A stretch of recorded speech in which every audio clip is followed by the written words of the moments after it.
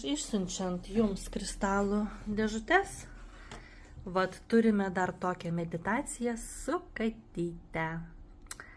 Vat nei vienos dėžutės neduoda prikrauti dovanų ir smilkalų ir dovanų, kol jinai neįkrauna dėžutės. Tai vat, aš įkraunu akmenukus, rankomis su mamytė dažniausiai lankstom dėžutės, o Munytė įkrauna irgi dėžutės. O, dabar atsigulė turbūt miegoti, nors čia nelabai neįtelpa, tai kada aš galėsiu siuntinuką paruošti?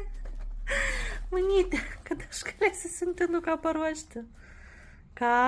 Šiaip aš norėčiau jau pradėti jau pakuoti, aš jau pasirašiau, va. Visus aprašymus, va čia, va, pasirašiau, eisiu, pakuosiu, vyniosiu. Nu jo. Tai va taip mes ir dirbam komandiškai. Nu, nežinau, kaip čia mums reikės dabar tartis. Tai va, taip mes ir dirbam kartu.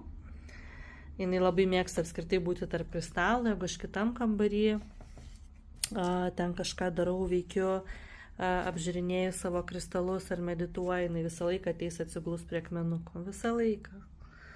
Gyvūnai jaučia, žino, kur gamta, kur dovanas, kur energija, kur tikri akmenys.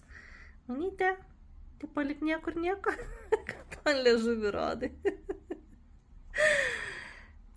Tai va, vienu žodžiu, tai nežinau, kaip čia dabar tęsti darbus. Einu pakuoti akmenukus, o kada supakuosiu į dėžutę, čia klausimas. Geras klausimas.